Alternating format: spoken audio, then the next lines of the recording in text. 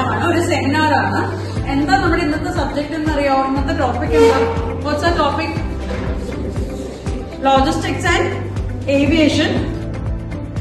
സ്വപ്നം.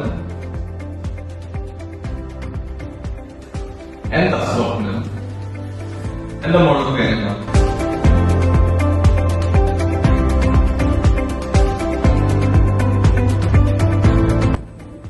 നമ്മൾ ചെയ്യുന്നത് നമ്മൾ അസിസ്റ്റൻസ് അല്ല നമ്മൾ കൊടുക്കുന്നത്, അഷുറൻസ്. നമുക്ക് ഇവിടെ നിന്ന് ട്രിവാൻഡ്രത്തുനിന്ന് നമുക്ക് സ്റ്റുഡൻസ് ഉണ്ട്, അതിലുള്ള ഫെസിലിറ്റീസ് നമുക്ക് അവിടെ ഉണ്ട്. അതായത് ഗേൾസിന്റെ ഹോസ്റ്റല്, ബോയ്സ് സെപ്പറേറ്റ് ഹോസ്റ്റല് എല്ലാം നമുക്ക് അവിടെ ഉണ്ട്. ഇവിടെ ഫൈനേഴ്സ് എത്ര പേരുണ്ട്? ഫൈനേഴ്സ് എല്ലാവർക്കും ഓക്കെ. ഞാൻ ജസ്റ്റ് ഒന്ന് അറിയാൻ വേണ്ടി ചോദിച്ചതേ ഉള്ളൂ. ഓക്കെ, നമ്മൾ ഡിഗ്രി ഒക്കെ കഴിഞ്ഞ് കഴിയുമ്പോഴത്തേക്കും നമ്മൾക്ക് ഒരു ജോലി എന്തായാലും ആവശ്യമുണ്ട്. ജോലിക്ക് പോകാൻ ഉദ്ദേശിക്കുന്നവർക്ക് എന്തായാലും ജോലി വേണം അല്ലെ? അപ്പൊ ആ ജോലി നമ്മളിപ്പോ ലോജിസ്റ്റിക്സിലാണ് എങ്കിൽ എന്തൊക്കെയാണ് കിട്ടുക? അതേപോലെ തന്നെ ഏവിയേഷൻ നമ്മൾക്ക് ഇവിടെ അർജുൻ സാർ ഉണ്ട്. ഏവിയേഷൻ വെരി ഫെമിലിയർ ആണ് അല്ലെ? ഏവിയേഷൻ ഒരുപാട് കാര്യങ്ങൾ നമ്മൾ പറഞ്ഞു തരണ്ട, എന്നാലും നിങ്ങൾക്ക് കുറച്ച് ക്വസ്റ്റ്യൻസ് ഉണ്ടായിരിക്കും നോർമലി അല്ലെ? നമ്മളൊരു ഏവിയേഷൻ അല്ലെങ്കിൽ എയർപോർട്ട് മാനേജ്മെന്റ് എയർലൈൻസിന്റെ ഒരു കോഴ്സ് പഠിക്കുമ്പോഴത്തേക്കും എന്തൊക്കെ ജോലികളാണ് കിട്ടുക? ക്യാബിൻ ക്രൂ ആവാൻ പറ്റും, അതിന് വെയിറ്റ് ഒരു പ്രശ്നമാണ്, ഹൈറ്റ് ഒരു പ്രശ്നമാണ്, ഇങ്ങനെ ഒരുപാട് ക്വസ്റ്റ്യൻസ് ഉണ്ടാവുമായിരിക്കും. നിങ്ങളുടെ ലോജിസ്റ്റിക്സിൽ ഞങ്ങൾക്ക് 2 പ്രോഗ്രാമാണ്. ഓക്കെ, ഒന്ന് ഡിപ്ലോമ, പിന്നെ ഒന്ന് ഞങ്ങൾക്ക് PG.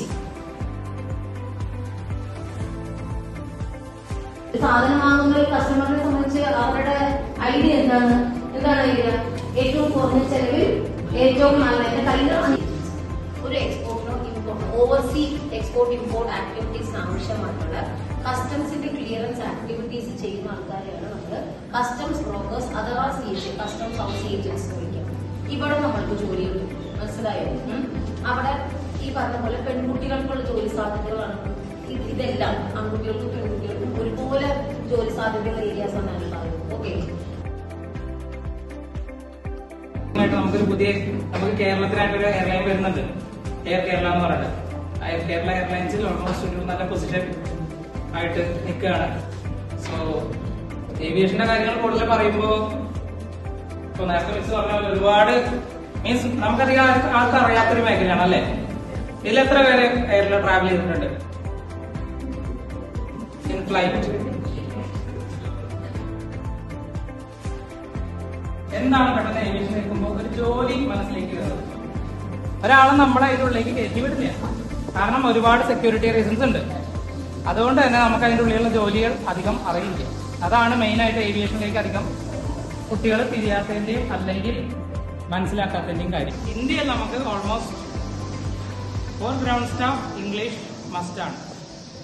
ഇംഗ്ലീഷ് മസ്റ്റായിട്ടും ഫ്ലുവൻ്റ് ആയിരിക്കണം എന്ന് പറയണില്ല, ബട്ട് സ്റ്റിൽ ഹാൻഡിൽ ചെയ്യണം.